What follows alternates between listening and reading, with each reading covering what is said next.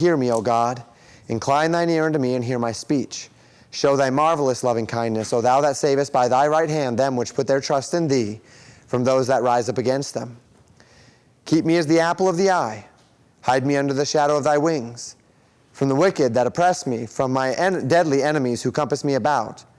They are enclosed in their own fat. With their mouth they speak proudly. They have now compassed us in our steps, and have set their eyes bowing down to the earth, like as a lion that is greedy of his prey, and as it were a young lion lurking in secret places. Arise, O Lord, disappoint him, cast him down. Deliver my soul from the wicked, which is thy sword, from men which are thy hand. O Lord, from men of the world, which have their portion in this life, and whose belly thou fillest with thy hid treasure. They are full of children, and leave the rest of their substance to their babes. As for me, I will behold thy face in righteousness. I shall be satisfied when I awake with thy likeness.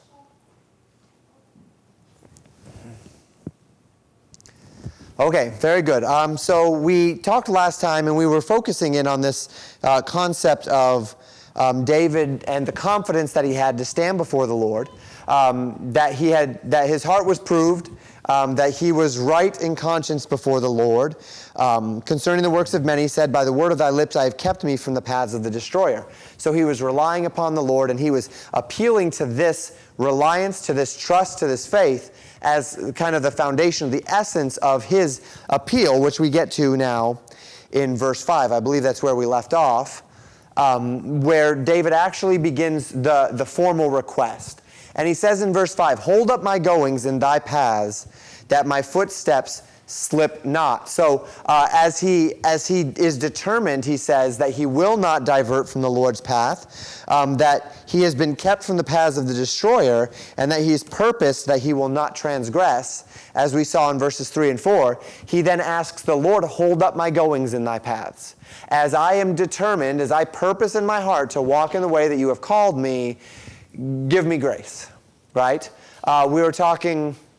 my wife and I were talking not too long ago to a couple, and we were talking about child raising and different strategies for various things, particularly for protecting our children. And one of the things as we discussed is that you do what you can, right? You set up the boundaries, you remain active, you spend time, you foster a relationship of trust, you discipline properly, and you do all of these things, and then you have to just leave the rest to God, right? And I have a way of, I call that the umbrella of God's sovereignty, that you have done everything that you can do, and you are being faithful and diligent before the Lord, and you're seeking unto Him, and then you trust Him to make up the difference, right? You trust Him to give you the grace to do what you need to do.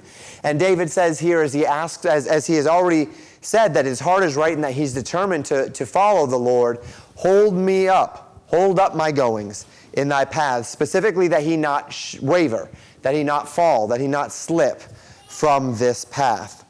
And that is the concept here. Notice David is not relying upon himself as the strength to maintain his obedience. He is not saying here, I am righteous. I am right before God in himself. He's actually falling back upon the Lord to be the one to give him the grace in order to do the thing that he has purposed in his heart that he will do.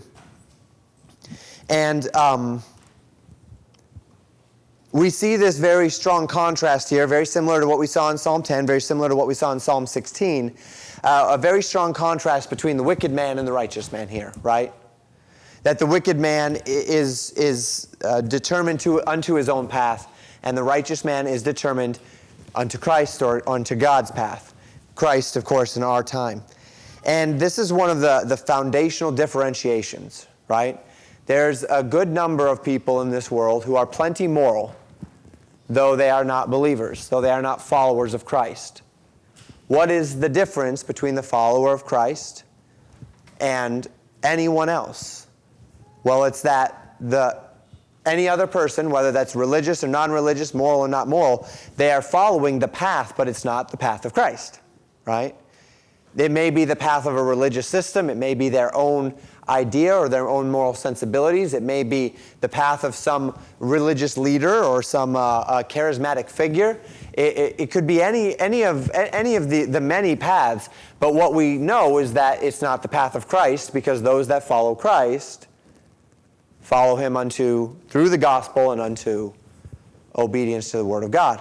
And so we see that differentiation here very clearly between the descriptions between the evil man and the righteous man. And we'll see more of that specifically as we saw, as we read it in verses 9, 10, 11, 12. And we'll get there in a minute. So in Psalm 10, verses 4 through 6, when we studied that, we read this. The wicked, through the pride of his countenance, will not seek after God. God is not in all his thoughts. His ways are always grievous. Thy judgments are far above out of his sight. As for all his enemies, he puffeth at them. He hath said in his heart, I shall not be moved, for I shall never be in adversity. Right? So he is much different than being purposed in his heart that he will follow the paths of the Lord and then seeking unto the Lord to give him the strength to do so. He says, I've got my path and I will not be moved. I shall never be in adversity. I'm doing just fine on my own. And then Psalm 16, verse 8, we read this. I have set the Lord always before me. Because he is at my right hand, I shall not be moved. You see the difference? The wicked man says, because I have my own way and it's working, I shall not be moved. Psalm 16, David says, because I have set the Lord always before me, I shall not be moved. So both of us are convinced that we will not be moved. Only one of us is standing actually on a firm foundation, and the other person is standing on sinking sand. And we do see that same difference here in Psalm 17. Verses 6 and 7. I have called upon thee, for thou wilt hear me, O God. Incline thine ear unto me, and hear my speech. Show thy marvelous loving kindness, O thou that savest by thy right hand them which put their trust in thee, from those that rise up against them. This is a really neat word for marvelous. David says, show thy marvelous loving kindness. And the word is actually different, unique, set apart. Not necessarily as the word does not demand the idea that it's better per se. Of course, in this context, we would assume it to be so. But that it's a neat thought that David says, Lord, your loving kindness is different. It's unique. It's set apart from others. And that's what I'm looking for. I want to see your loving kindness. I want to see that unique blessing of the Lord and the Creator upon the righteous. One that he doesn't receive from family or friends or authorities. This is that marvelous loving kindness from our Lord. And we see here David's humility really shine through. Now, as David makes this appeal to God, he calls God, thou that savest by thy right hand them which put their trust in thee from those that rise up against them. Now that's a bit of a mouthful, right? But what is the significance of the idea that God is saving by his right hand? What does that mean when we come across that in the Bible, that God would save by his right hand, or when the scriptures speak of the concept of one's right hand?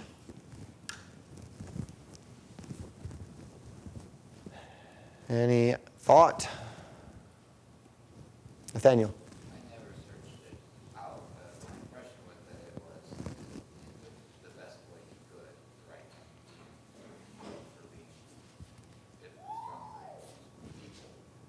Yeah, and that's exactly it. That the right hand is the hand of strength, right? Now, naturally, you have the Benjamites who would read that and get a little grumpy, I guess. But and a few people in here, I'd imagine too. What is it? 1 in 7 or something? 1 in 6 that we're 1 in 6 at least that are left-handed. Our family. But the idea of saving by your right hand is the hand of strength. Benjamin, or Jamen, actually means right, and not like correct, but right. And if you see the word Jamen in your Bible, other than where it's a person's name, it would be right hand. Benjamin means son of my right hand. And so that idea of the right hand is son of my strength. right? The one that is my strength, the representation of my strength. My right hand is my strength. And that's that idea there. So this principle that God saves by his hand those who put their trust in him, it extends not just to David asking for whatever deliverance it might be, right? He's asking for, in theory, some sort of physical deliverance here, but this is actually a principle in Scripture, that God saves by his hand those that put their trust in him. Now, it doesn't mean that if you're about to be martyred and you put your trust in the Lord that you're not going to be martyred, per se, right? But he delivers those who trust in him. Whatever he chooses to do, even either unto the deliverance of eternity in certain cases, or truly delivering them out of the snare of the fowler, right? The Lord is a God who does not forsake his own. And so he is the one that saves, with his power, those that put their trust in him from those that rise up against the ones who are putting their trust in him. He is a deliverer. And we see that as the essential character of our God. Thoughts thus far?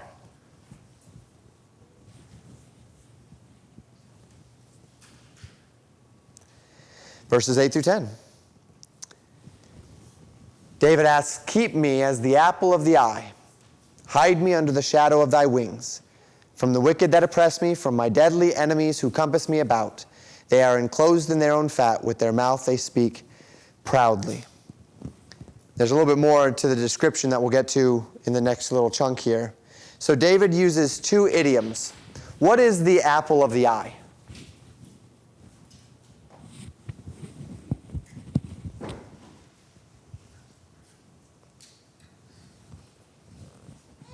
So specifically, the apple of the eye would be the pupil, as it would relate to an anatomical concept. It would be the center of the eye. And it was a idiomatic expression that we actually still use. I mean, that's why they have it here as well. The idea of the apple of the eye. If something is the apple of your eye, that means that it's something in which you are particularly pleased with. That it is a particular source of joy, or of, in this case, I use the word affection, right?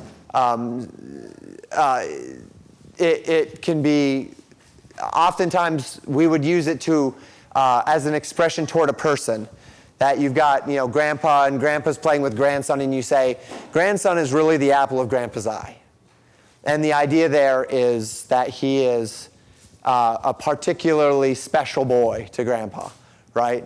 And that's the request. Keep me as the apple of the eye.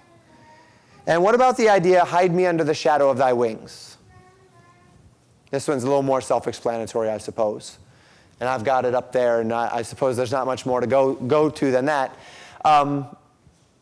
When you see a particularly large nesting birds, eagles and whatnot, I know that every once in a while, I don't know if they have it running all the time, but there are eagle cams where they'll set cameras on cliffs, and you can log on at any time, day or night, and watch eagles come, an eagle coming and going, and watch the eggs in the nest, and watch and hope you can see them hatch, and whatever else. But in the times of storm, in times of danger from elements, the bird, the large bird, will cover over the small birds with their wings. And that is that idea of protection, covering over, hiding under the shadow of thy wings. It's not so much the idea of the shade as much as it is that if you're in the shadow of the wing, that means the wing is over your head. And if the wing is over your head, then you will not be vulnerable to whatever it is that might come at you, because it will be guarded by the wing. And so David is asking for two things here. The first is favor or affection, and the second is protection. And again, we see where that appeal comes from. The fact that David has purposed in his heart that he will not transgress. He is walking in the path of the Lord. He's trusting the Lord to help him do it. He acknowledges his need for the Lord. He's not trusting his own righteousness. He's not settled in his own righteousness. Instead, he is flinging himself at the mercy of the Lord. And then also, because he is at the Lord's mercy, because he is seeking unto the Lord in that way, and because God is the God who saves by his right hand them that put their trust in him from them that whatever it was, from them that rise up against them. David he has done everything he can to position himself for God's favor and blessing. Not in the works way, but in the alignment way, right? By aligning himself with God's way. And so this is his request. Thoughts?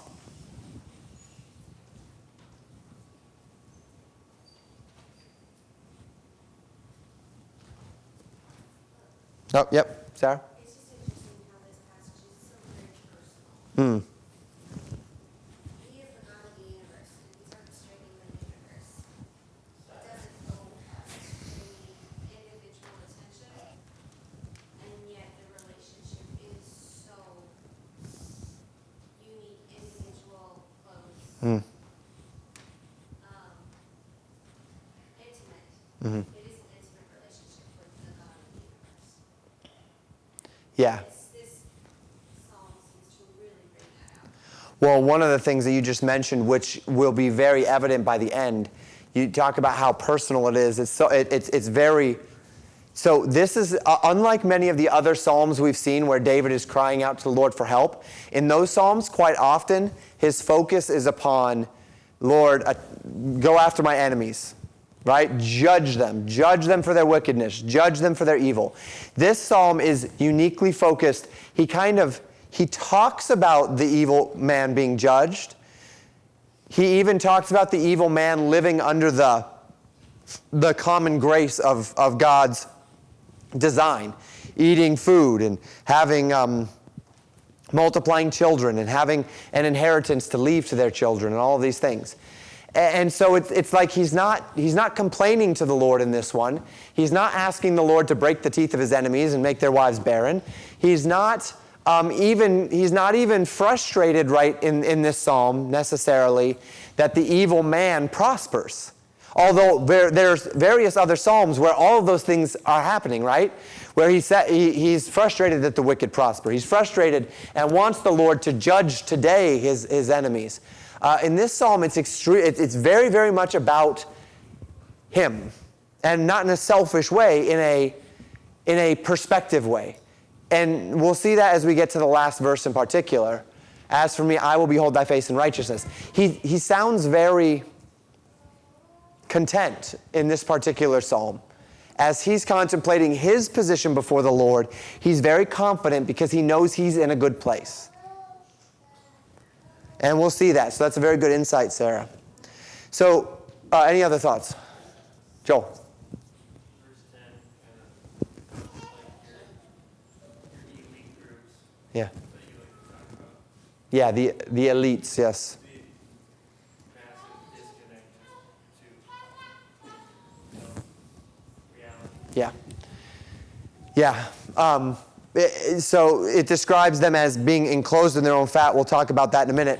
These oppressors are called deadly, proud, and enclosed in their own fat. And so the idea of course, deadly is obvious.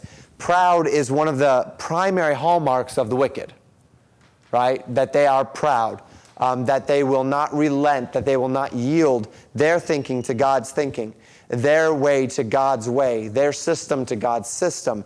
And then we have this idea of being enclosed in their own fat. There's a couple of different possibilities idiomatically about what this could mean. The first is that they have no sympathy. The idea there is that when an organ, gets too fatty, if you've ever had any insights into what happens when organs get a lot of fat on them, liver and kidneys and whatever else, they get too much fat on them, they actually can't function properly. And so this idea of being enclosed in their own fat would be that they have no connection to reality. They're not functioning properly. They have thus no sympathy. They have no regard for human value. They have no regard for authority. They have no regard for the human dignity of man. They are deadly. They are proud. They want what they want, and they're willing to walk over anyone to get it. And this would connect well to verse 9, the idea that they're deadly and that they're surrounding him. That would be, enclosed in their own fat, right? The other idea is that they're self-indulgent. And that almost, in English, that would almost be a little bit more natural, perhaps, of an interpretation. The idea that they think of nothing except their own lust. They pursue themselves to any degree, and that they have pursued their own way to excess. And this would relate more to that idea that their mouth speaks proudly. So it depends contextually whether we want to relate it more to verse 9 or the second half of verse 10 as to which way we might go. Or we could, there may be another interpretation. These are the two of I think there were several more that various commentators found that I just didn't even make sense to me, at least. But these were the two that I thought made reasonable sense as to the idiomatic expression of being enclosed in their own fat. Any thoughts on that?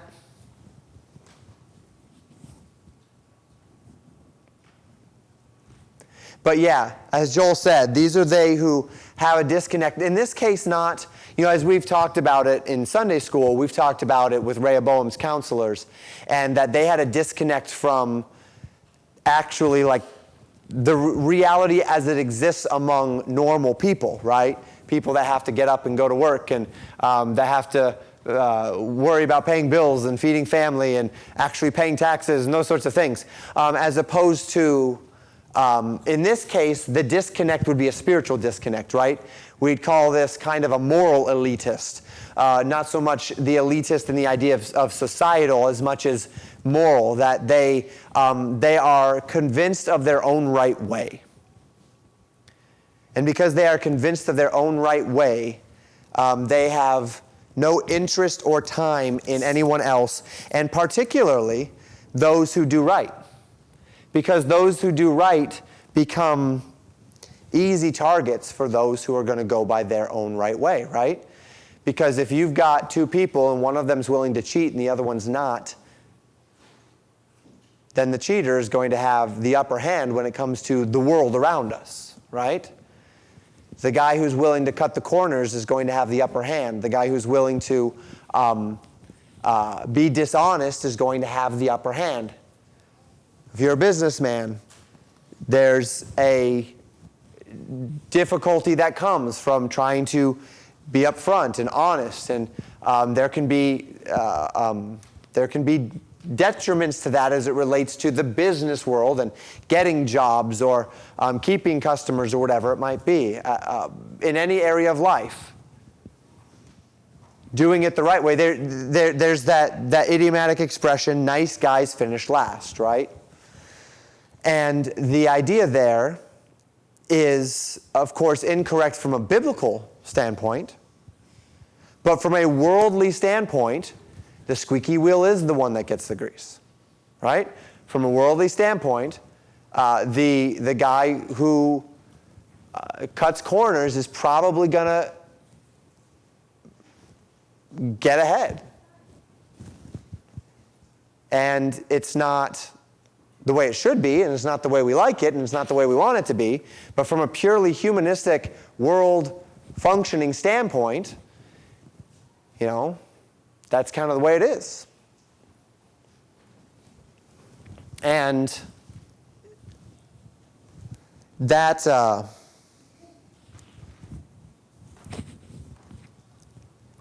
is a little bit more perhaps of the idea here that we would see as it relates to that elite idea, is more of like a moral elitism and a pragmatism. Thoughts?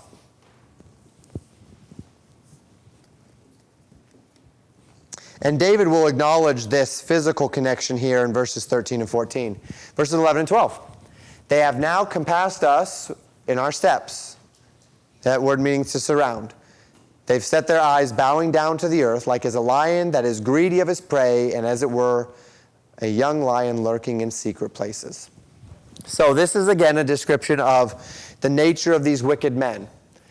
They are proud, they are selfish, they are self-indulgent, they are dangerous, they are deadly, they are greedy, and and David feels targeted in this way. Have you ever felt that way, where because you're determined to be honest, or because you're determined to do things the right way, you become a target for others in some way, shape, or form. You become a target of ridicule. You become a target for someone to take down. You become a trophy. If I can get so-and-so to lie, because they're so pious, I can just get them to lie. Or if I can get them to get angry. And you become actually a target, right? Your righteousness or your desire unto righteousness makes you uniquely vulnerable.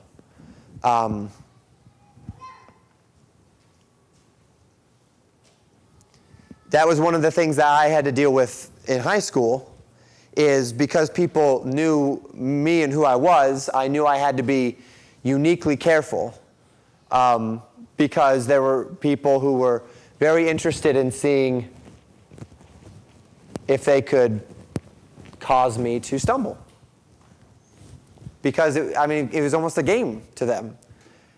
Jamin's that church guy. Let's see if we can get him to get angry. What will it take? What will it take for him to respond in anger to us? What will it take for him to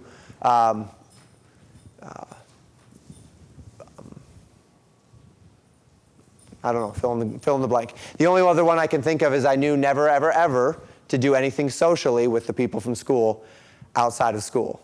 Because you never accept a drink from anyone in a social situation outside of school, because I don't know what would be in it. And they might be very interested to see what would happen if they could slip a drug or alcohol or whatever into me, because that's just not the things that I did. And so I became a target in that sort of unique way. That idea of the wicked that are lurking. Of course, in this case, it's a little more dangerous. David's thinking on a broader scale than just a guy in high school. But that idea of they're surrounding me, they are lurking, they are hunting me, they are seeking my downfall. Thoughts on that?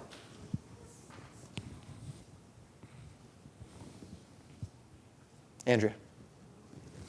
Exactly. Specifically go with this one. I was just thinking about how many times David takes about this type of situation and how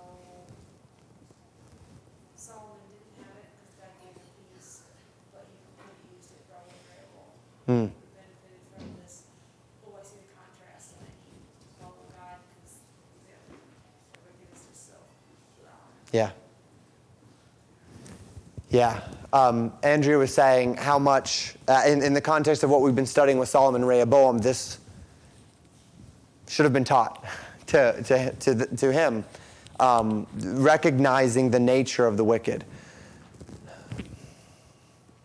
Maybe a more apt connection as it relates to this idea to some of you is if you have integrity and work ethic and you show up on time and you do your job.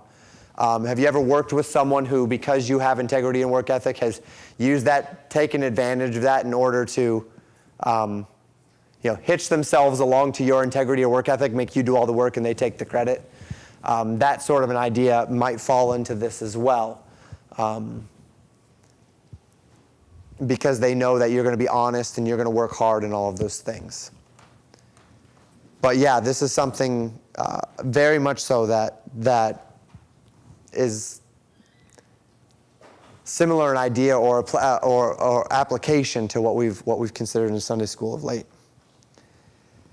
There actually is a secondary translation that is valid in the Hebrew to this idea that they have set their eyes bowing down to the earth.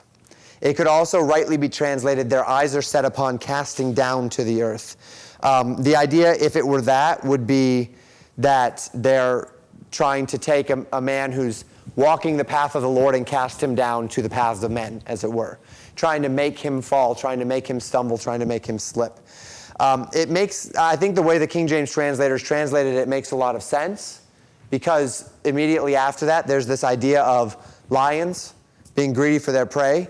And so the idea of bowing down to the earth would be when the lion ducks his head, right? If you've ever seen big cats hunt, they lower their heads, they walk very slowly until they get as close to within proximity as they think they can without alerting the animal, and then they spring and they try to get the animal. And that idea of lowering their head to the earth is something that you see in big cats.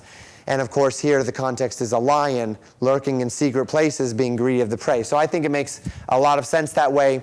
The alternate translation would be that their eyes are simply set to destroy. Again, based upon verse 9 and 10, not a wrong translation to be sure. Any final thoughts on those verses? I guess I can go back to them so that you can read them. We're moving right along tonight.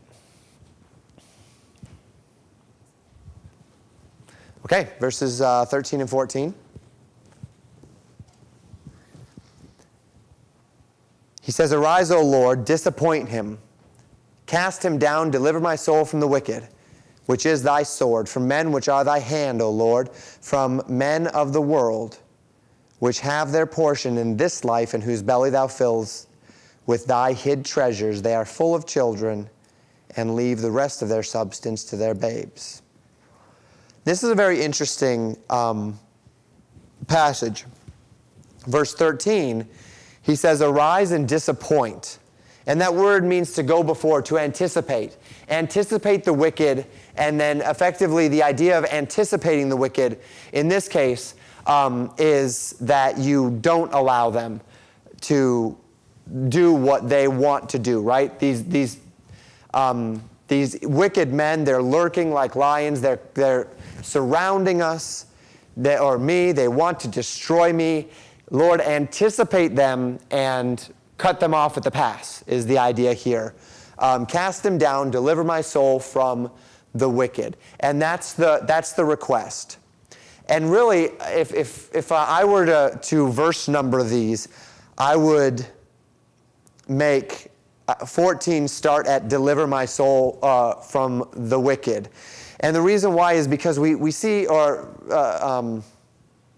because we see something very unique with this final little bit here, where David is describing the nature of these wicked men. He's not asking God to do anything to them except to disappoint their attempt to harm him. And again, this is the uniqueness. This is why this psalm is so very personal. He is so focused on simply the fact that he's walking in the path of the Lord. He does not want to be diverted from that path. He does not want his foot to slip.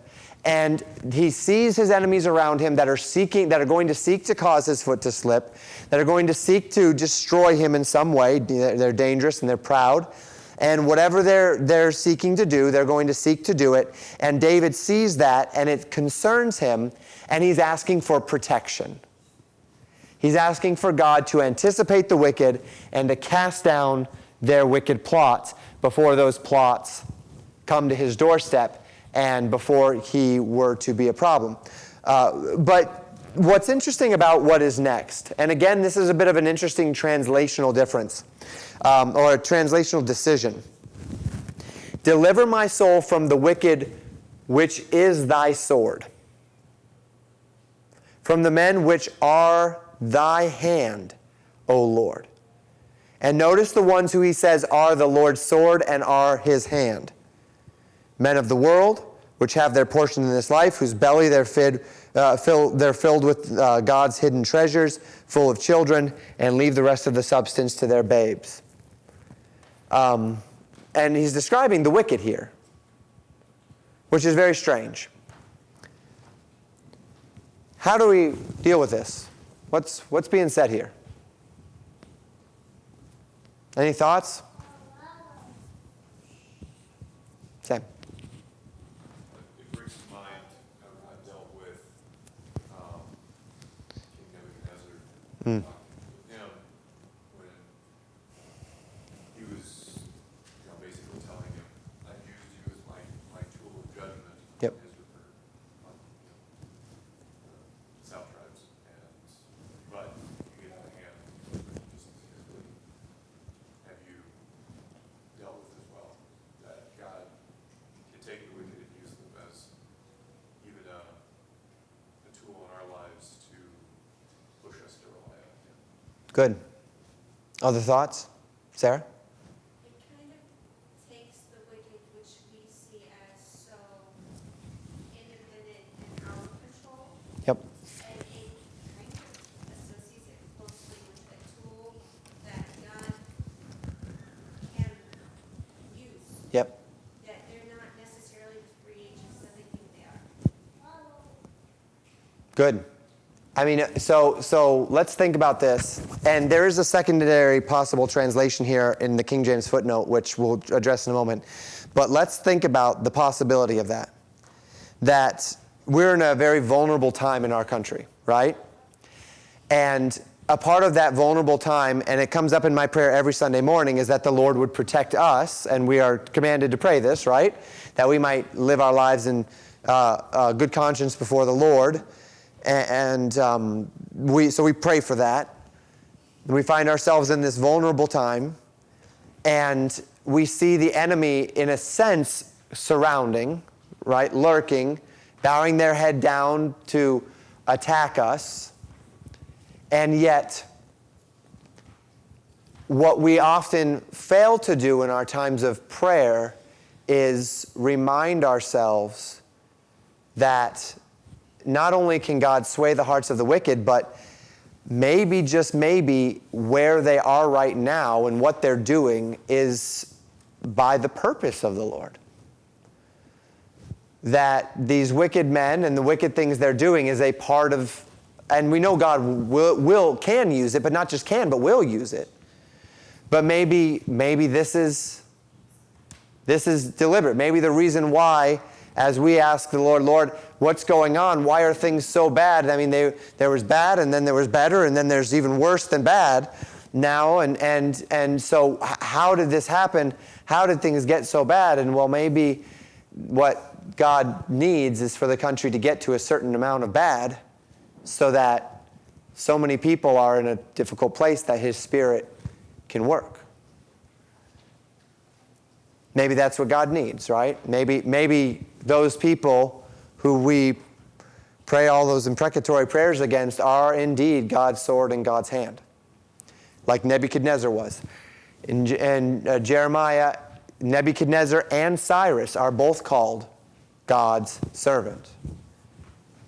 And Cyrus wouldn't even be around for a number of years after. But they're both called God's servant to bring about His purposes and His intent. God uses powerful nations. God uses powerful men. God uses them as His sword in His hand to accomplish His purpose. But notice what else we find in this description. These are wicked men. They are men of the world. They have their portion in this life. What does it mean that they have their portion in this life? Andrea. Good. Everything that is good, everything that they're seeking, everything that they're storing is in this life. They have no portion in the life to come. They have no inheritance. They have no treasures because they are unbelievers, therefore they'll be in the lake of fire. This is the idea: lay not up for yourself treasure on earth where moth and rust doth corrupt and where thieves break through and steal, but lay up for yourselves treasures in heaven. He's saying these wicked people, they are worldly. They are the ones who lay up treasure only on earth. Everything that they have to expect out of life and eternity is now, because they've got nothing else. That is the state of the unbeliever. They are living now. Everything that they're ever going to get is what they're getting now. Because when they step into eternity outside of Christ, if they are outside of Christ, they will step into eternal death, eternal loss, eternal separation. There's no portion in the life to come for them. But notice this as well: whose belly thou fillest with thy hid treasure. These are people whom God has allowed to be well fed, right? You look at these wicked men, these wicked and proud men who conspire to do evil, they're doing okay. You know, if you lie in bed some night and try to figure out why it is that a Jim Elliot would die young and a Pol Pot would live to be over 70 years old, right? And you say, that doesn't make any sense. And yet, God is working his purposes. So David's acknowledging this. David's acknowledging that these people are not outside of God's plan or even outside of God's what we call common grace, right? Not his particular grace, but his common grace. They're full of children. They have children, which of course was a sign of blessing. Used to be, at least in our society. Now it's not, apparently. But and not only that, but they leave the rest of their substance to their babes. They have enough money that they can give an inheritance to their children. And so David, notice here, he's not asking that they lose all of their money and that they lose all of their children. He's simply saying, anticipate their purposes against me and thwart them. So the other possible translation, the King James translation notes for verse 14 says, instead of from men which are thy hand, it could be translated of men by thy hand. And of course that would change the italics in verse 13 from which is thy sword to by thy sword. Now if that changes, if we make that change, arise, O Lord, disappoint him, cast him down, deliver my soul from the wicked by thy sword, from men which, and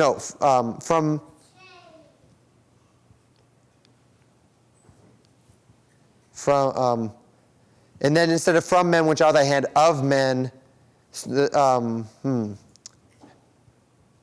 me see, how would that be translated? I guess I should have looked at how that would go together a bit better. Arise, disappoint him, cast him down, deliver your soul, which is thy sword, from men, of men by thy hand.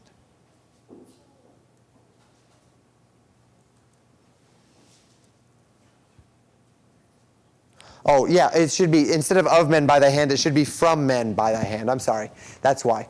So it should be, arise, O Lord, disappoint him, cast him down, deliver my soul from the wicked by thy sword, from men by thy hand, instead of which are thy hand. And so the King James, and I don't know if you've ever had a Bible that has the footnotes.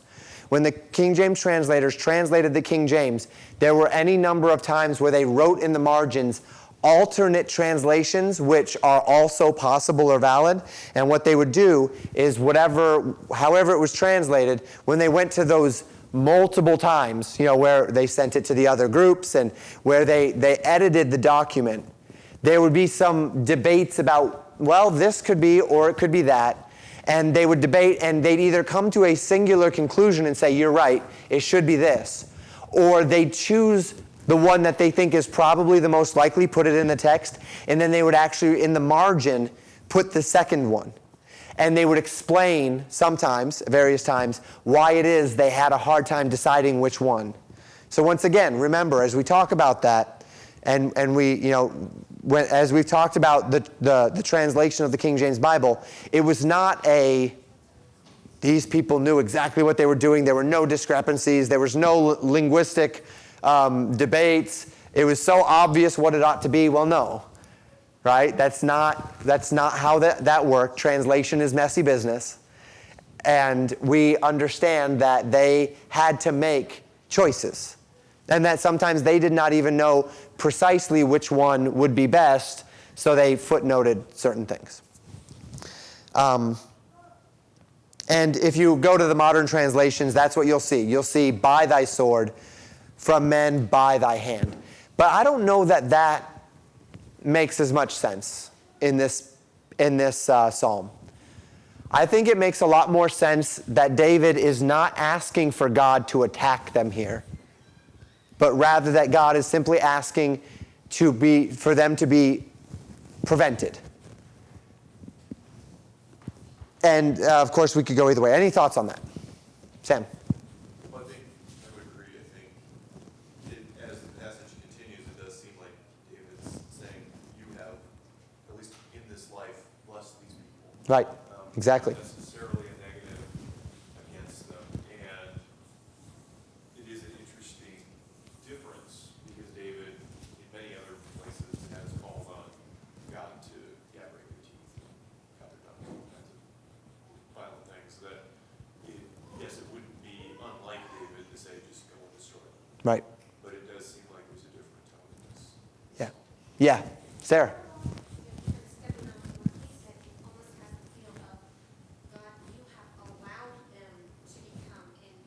Right. or to have possessions, or to be in a position where they can damage me. Yeah. So therefore, protect me from them. Right. If you have not prevented them from getting to that point, it almost seems like you let them get to that point. Well, Protect me from them because they have power and ability. and if we think of this in the context, say, of if this is David running from Saul, right? David's not necessarily, he doesn't want Saul to be destroyed, right? We see him, he loves Saul. He calls him my father, right? When he calls out to him after Saul could have been killed by him when he went into the cave. And then Saul is moving on his way and he falls down on his knees and he says, my father, right? So this would be a psalm which would reflect pride, danger, arrogance, but not necessarily wanting destruction upon this wicked man. And whether we would apply this to all wickedness or only a subset of those wicked men for one reason or another, it's neat to see this perspective on prayer against the wicked, right? Which is not a perspective where we want the wicked to be utterly destroyed per se in certain scenarios, but rather in a scenario like this, simply a perspective where he says, they're going to do their thing, but don't let them be successful against my desire to do what's right before you. And in my opinion, in many ways, I think Saul is perhaps the best guess at who he might be speaking of here as he speaks of this wickedness.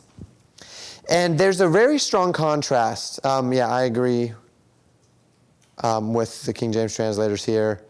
And as Sam said, so do I say here, God connects to the wicked in this life. Their bellies are filled with food. Their houses are filled with children. Their substance is enough to give their children inheritance. He's not asking for those things to be taken away. He's acknowledging God's favor upon, or at least God's common grace upon these people. So I think what the King James translators chose makes the most sense. No complaint. Only for deliverance. And then that deliverance comes with verse 15, a longing eye toward his heavenly home. As for me, I will behold thy face in righteousness. I shall be satisfied when I awake with thy likeness. He doesn't, in contrast to what he's written about the wicked, the idea of all the wealth and all of the satisfaction in this life and all of these things, David is making it very clear they have their portion in this life, they have sought into the things of this life, and they have gained the things of this life. But as for me, my portion is in the life that is to come. And this goes back to what he said at the beginning. I am aligned with your path. I am purposed that I will not divert from that path. I am walking in righteousness, even if that means some measure of temporal loss, because that is where my priority lies. And that's the essence of this psalm. Where does our priority lie? Are you willing to yield the things of this earth if it were necessary for the things of the life that is to come? Do you find your satisfaction in the things of this life? Or can you say with David in Psalm 17:15, I will be satisfied. I know that there's coming a day where I will behold your face, God, in righteousness. In other words, I will stand before God in my flesh, right? Resurrection. I'll be satisfied when I awake in your likeness. That is my portion. That is my desire. That is what I seek unto. So, Lord, protect me from the wicked in this life, that I might live in peace in my days before you with joy and gladness and obedience, and then I will see you one day, and I'll be satisfied. Final thoughts on Psalm 17.